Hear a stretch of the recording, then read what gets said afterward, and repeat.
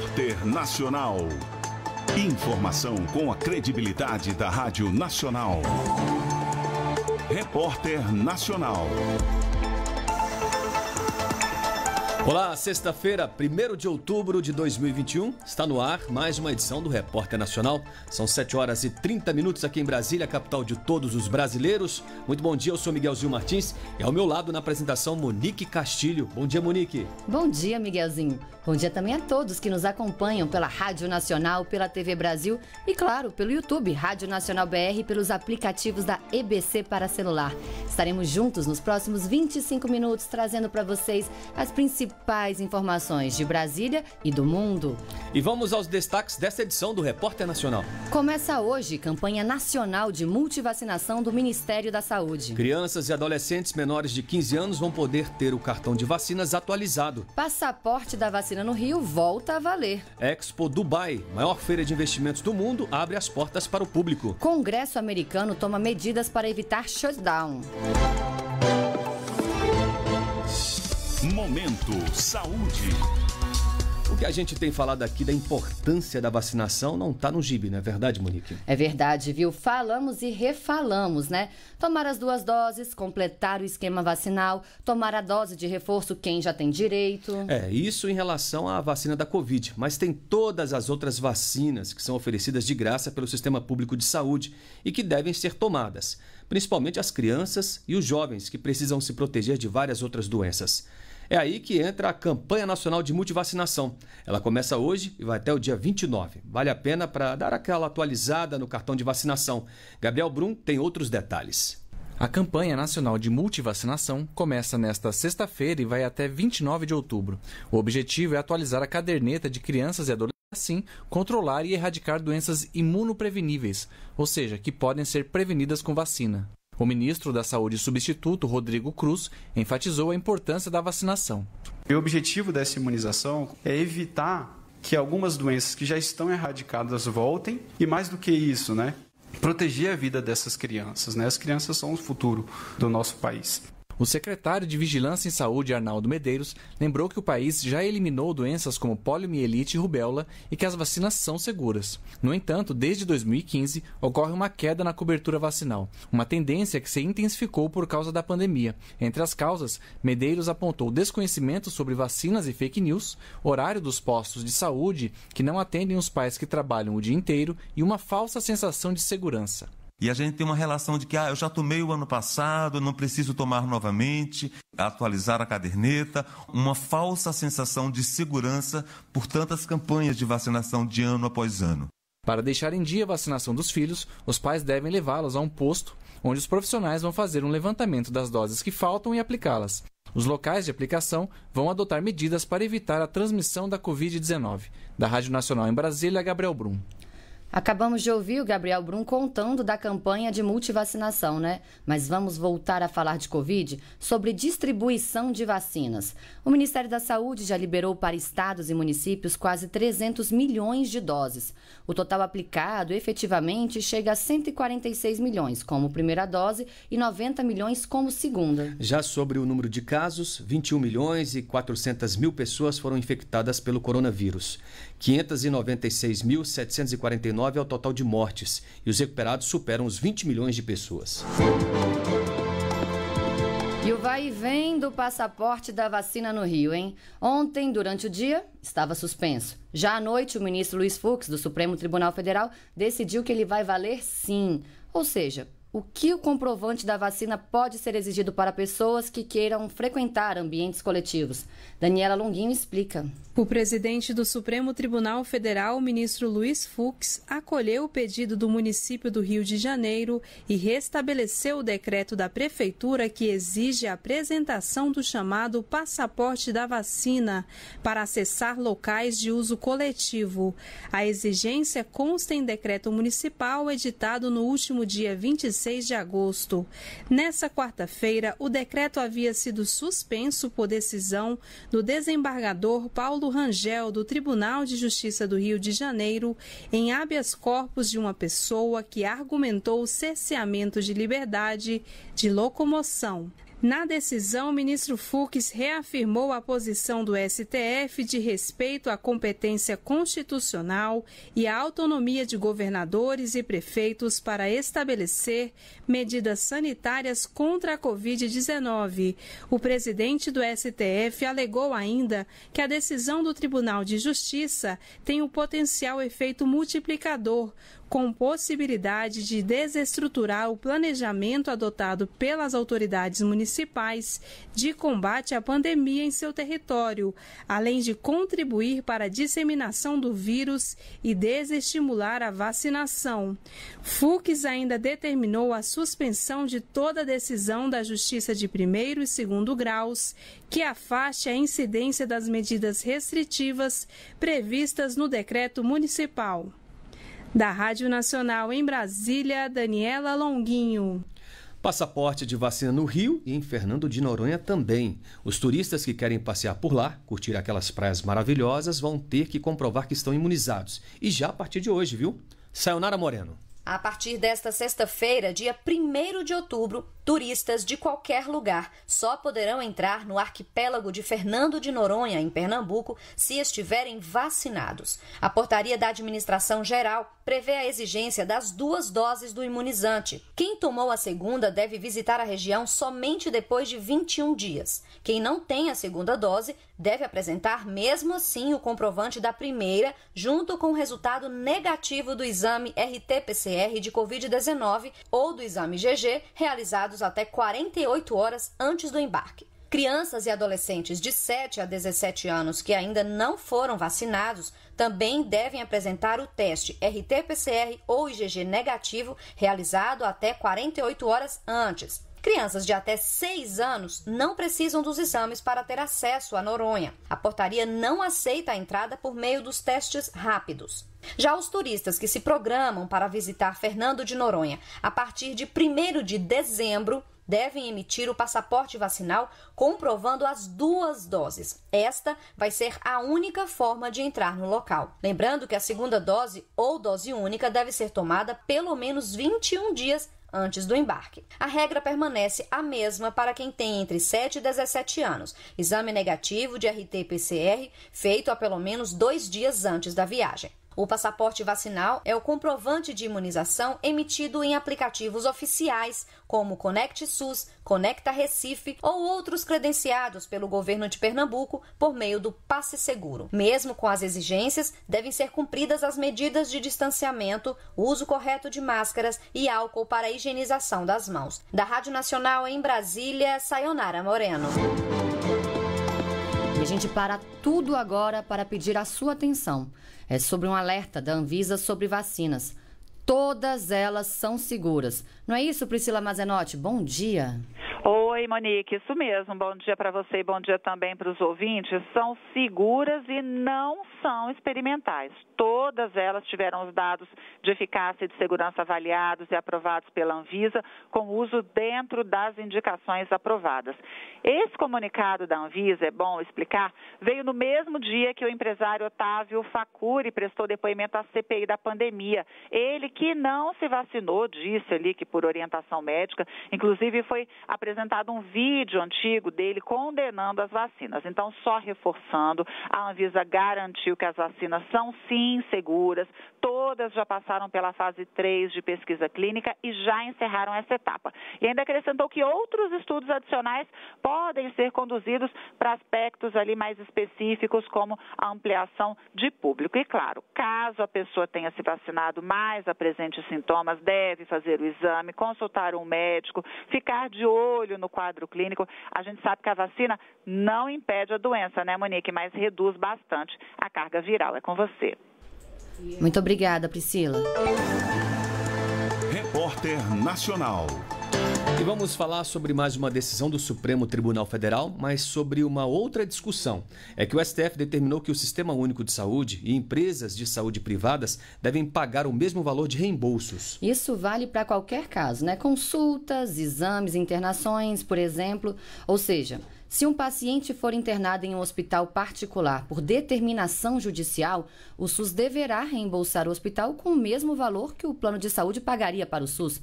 O Vitor Ribeiro explica essa história. O Supremo Tribunal Federal definiu a regra de pagamento para quando um paciente do Sistema Único de Saúde usa um hospital particular. É o que muitas vezes ocorre quando uma decisão judicial obriga o município, o Estado, o Distrito Federal ou a União a atender uma pessoa, mesmo que não exista leito disponível na rede pública. Ao proclamar o resultado do julgamento, o presidente do Supremo, Luiz Fux, destacou que, nesses casos, a regra deve ser a mesma aplicada quando uma pessoa que tem plano de saúde procura atendimento no SUS.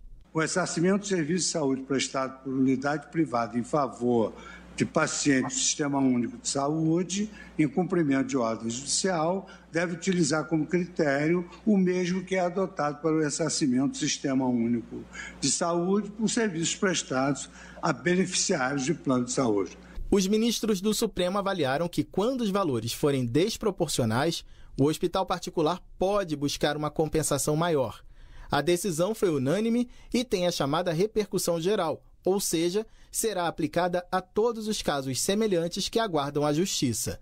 Da Rádio Nacional em Brasília, Vitor Ribeiro.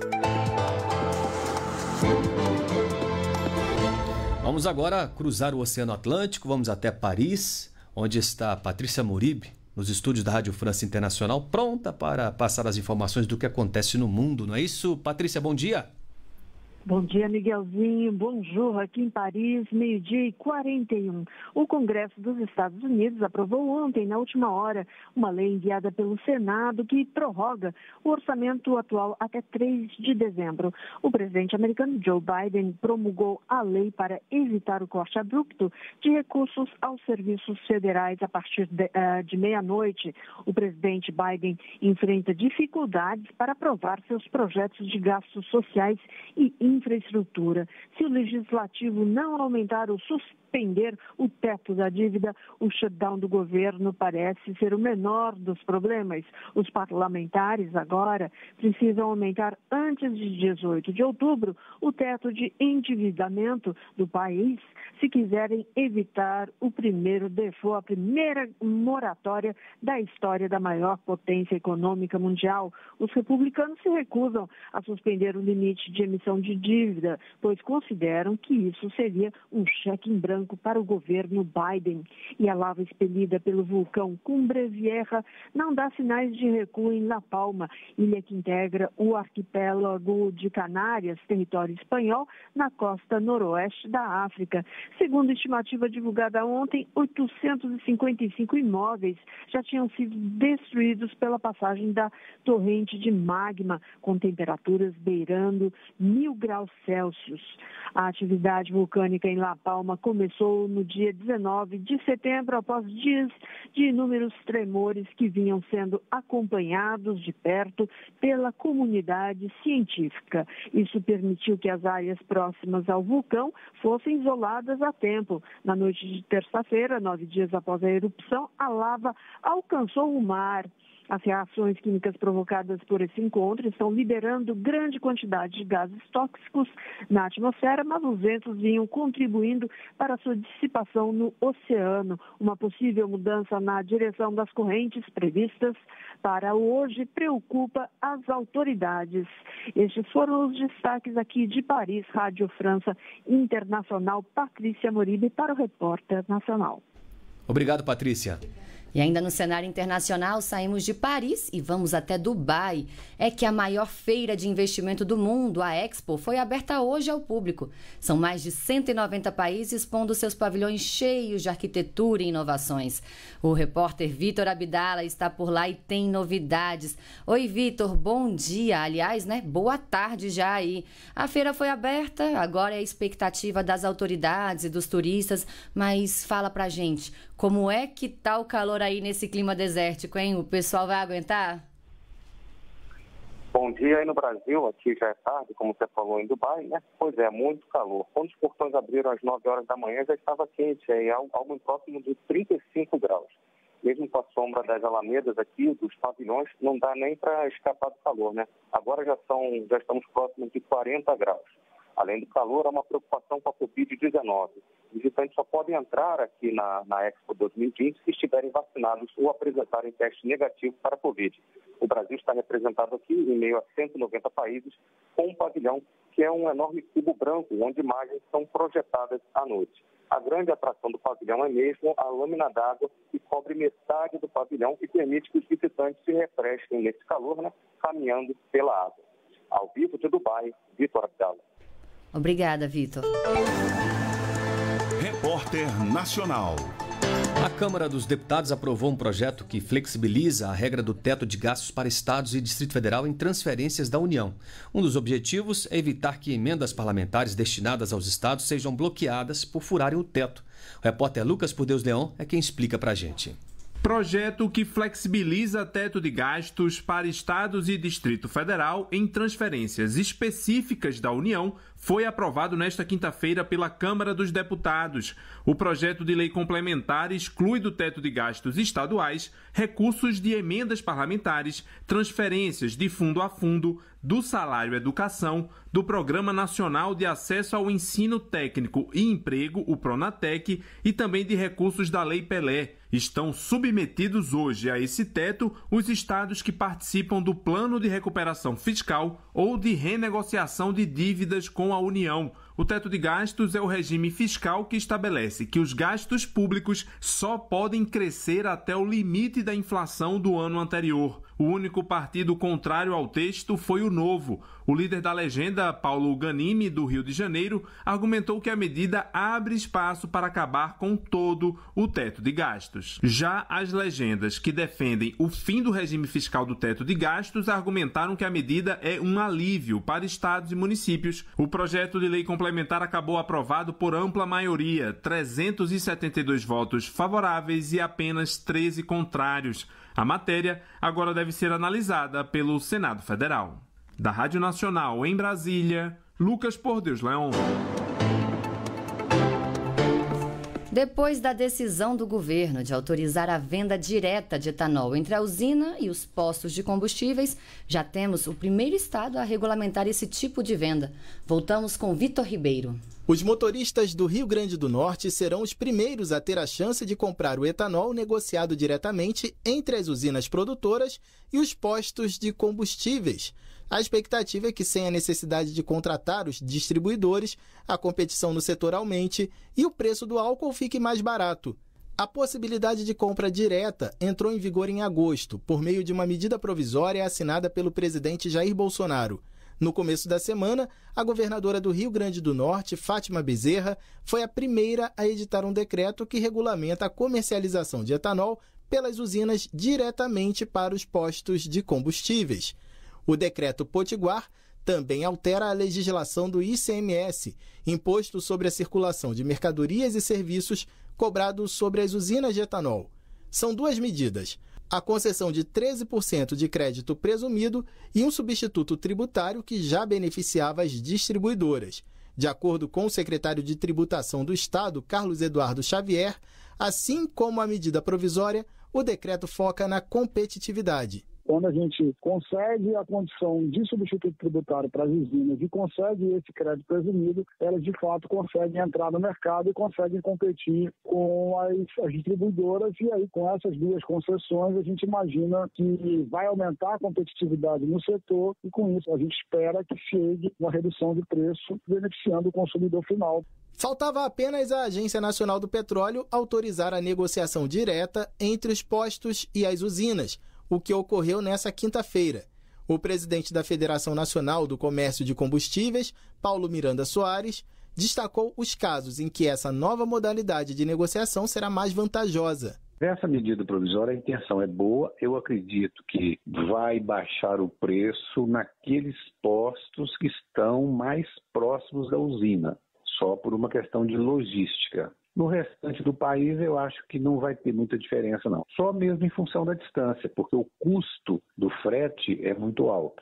A medida provisória, o decreto do Rio Grande do Norte e a decisão da Agência Nacional do Petróleo também autorizam que os postos de combustíveis negociem livremente a compra com as distribuidoras, sem precisar manter a exclusividade.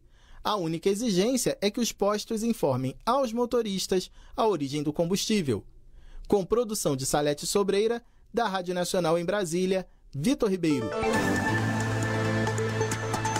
O mês começou e com ele mais uma campanha mundial dedicada à prevenção do câncer de mama. Não é isso, Monique? É verdade, Miguelzinho. É o Outubro Rosa, né? Inclusive, hoje eu vim vestida de rosa em homenagem à data. E pensar que isso começou muito lá atrás, hein? Com uma fitinha rosa. O motivo da cor, a história do movimento e a chegada dele aqui ao Brasil, a gente descobre agora com a Beatriz Evaristo.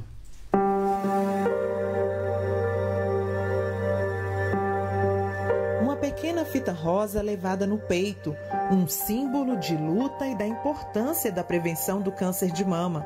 A campanha do Outubro Rosa é um movimento global que começou nos anos 90. O mês de outubro passou a ser dedicado à conscientização sobre a doença, destacando a necessidade do diagnóstico precoce e do tratamento adequado para as pacientes. Em 1982, nos Estados Unidos, foi fundada uma organização não governamental em homenagem a Susan G. Komen, que morreu de câncer de mama. A instituição passou a realizar eventos para levantar fundos em prol de pesquisas no combate à doença. Em 1986, ocorreu o primeiro mês de conscientização em outubro. E em 1991, a fundação adotou a fita rosa como símbolo da causa durante a Corrida pela Cura em Nova York. Mais do que ser associado ao feminino, o rosa foi escolhido pelas organizadoras por ser um tom de saúde. Popularmente, uma pessoa corada geralmente é considerada saudável. No Brasil, o primeiro ato em alusão ao Outubro Rosa aconteceu em 2002, em São Paulo. Em 2010, o Instituto Nacional do Câncer aderiu ao movimento e passou a promover eventos técnicos e disseminar informações sobre prevenção do câncer de mama. Como uma das iniciativas para lembrar a luta contra a doença, monumentos icônicos costumam ser iluminados com a cor rosa no mês de outubro.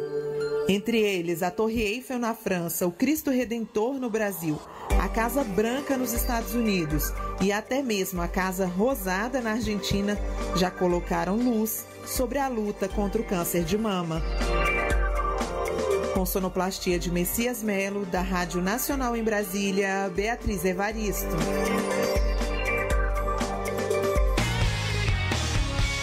Esportes. As informações com Bruno Mendes. E vamos começar com os resultados desta quinta-feira. Sampaio Corrêa e Remo empataram em 1-1 pela Copa Sul-Americana. O Atlético Paranaense venceu o Penharol 2-0 e teremos uma final brasileira na competição entre Atlético Paranaense e Bragantino. Campeonato Acreano, o Rio Branco venceu o Galvez por 3-1.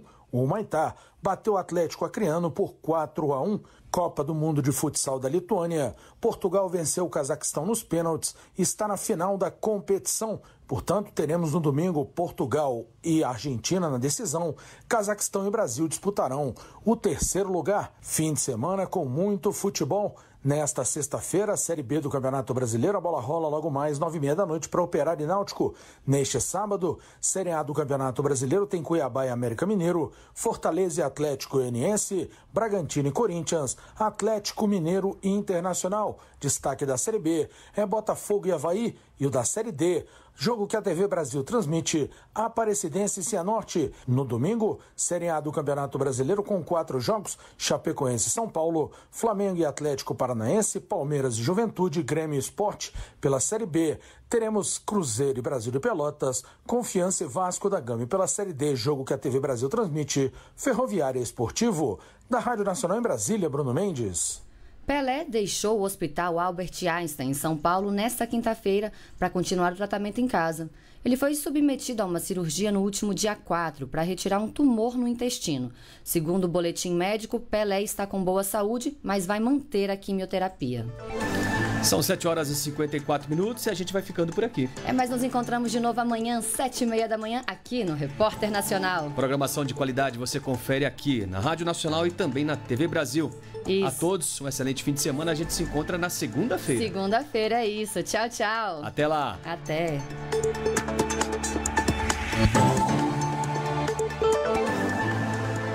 Repórter Repórter Nacional. Informação com a credibilidade da Rádio Nacional.